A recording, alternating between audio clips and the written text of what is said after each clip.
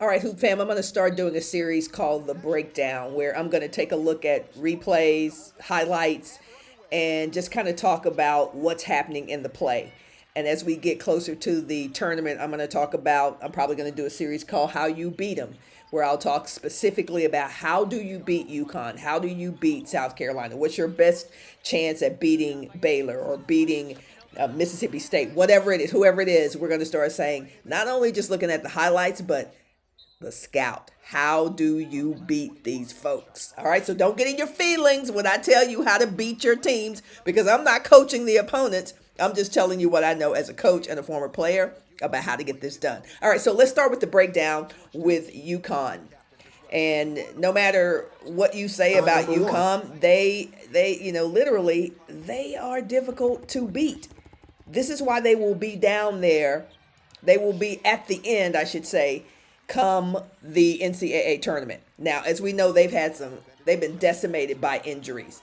And there's never going to be an easy way to overcome those injuries. But when you are coached by one of the greatest coaches of all times, and certainly one of the best offensive coaches in our game, if you got the players to go, you can make something happen. So I'm going to talk about what makes UConn so great on offense. Number one, they understand, as Bill Russell said in his famous commercial, this game will always be about getting buckets. So UConn always has bucket getters. And even though they may sound like, duh, well, how do they get all the shooters and the most explosive offensive players to come there? Because people want to play in a system with a coach who understands offense. They've got players who can put it on the deck and pull up and shoot the mid-range jumper. It's a lost art. A lot of people don't shoot the mid-range. That's what they did when I played back in Texas in the late 80s. But now you got people trying to shoot threes all the time. Shoot that little 15, 17 footer. Hey, if you got the three-pointer, shoot the three-pointer. That's what makes UConn so amazing. They've got players who can shoot the three ball, the long ball, and they've got players who can actually pull up and shoot the 6 to 12 to 15 footer. Beckers, Page buckets, getting it right there. UConn, they're picking it off right there. Georgetown picks that one off. Actually, it's not Georgetown. That was UConn picking that off. UConn is deadly offensively because they give you the 1-2 punch of running a half-court offense and also running the break. One of the things that one of my teams at Texas we got nabbed on was that we were great in transition. We were great in the fast break, but if you made us slow down in half court, we were less effective. We fixed that. My junior year, we got beat at Mid-East Regional. We fixed it, went 34-0 my senior season. But that's what a coach has to do. You got to understand your team's weaknesses. I don't care if you got the best players in the world. If you don't have them in the right system, if somebody figures out how to beat you, you will be beaten. If we look at South Carolina in the 2023 NCAA Final Four, how did Iowa beat South Carolina? There's nobody in that building that thought that was going to happen. Go ahead. If you thought that was going to happen, I'll wait. Nobody thought that was going to happen.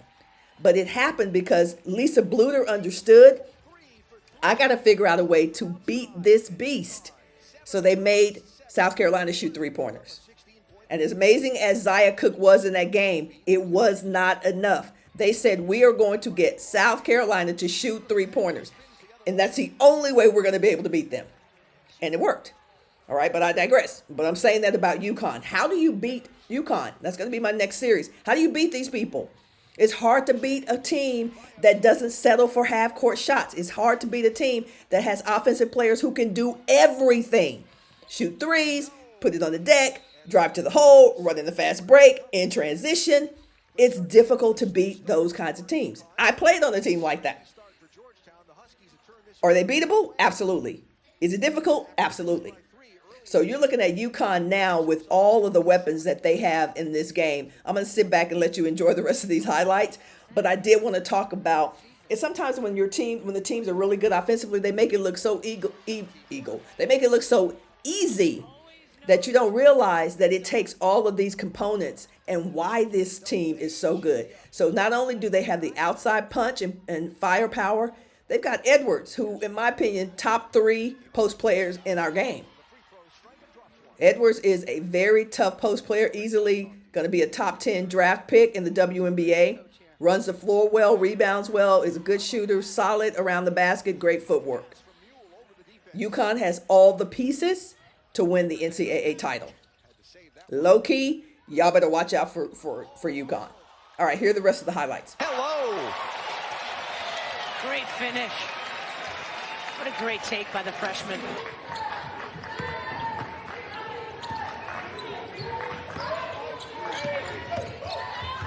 Ice Brady into the ball game for UConn. Mule will lose control. Arnold with a big step. And another bucket for KK. And she's up to 8 points in this one. Mule, left alone, drains another three. And a season high in points for Nika Mule. She's just beat. Shade taking it strong into the paint. How about that little floater? Yeah, I mean, already at 12 wins this season. A team that only won 14 games all last year. Aaliyah Edwards with the bucket. And a foul. And a great pass from KK Arnold.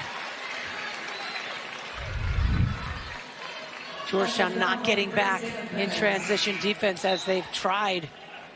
You got to stop the ball. And off the injury where she missed all last season, building confidence, building momentum. If she keeps doing that across the winter, that'll be so helpful for UConn. There's Samuels from the corner. That's a two. It's a smile on her face. She's thinking, finally. So first made shot of the day for the DC area native, and yet 7 points today for Scott. Edwards defended by Bennett. How about that big step again with the right-hander? Oh, Mule saw that one coming all the way. Nice anticipation.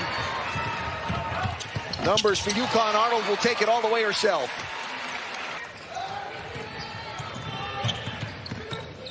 Shade will slow it down. Into Brady. Nice touch for Ice Brady. She's so much more engaged. And Samuels, the 5 on the floor for UConn. Caden strides between players and got that to go.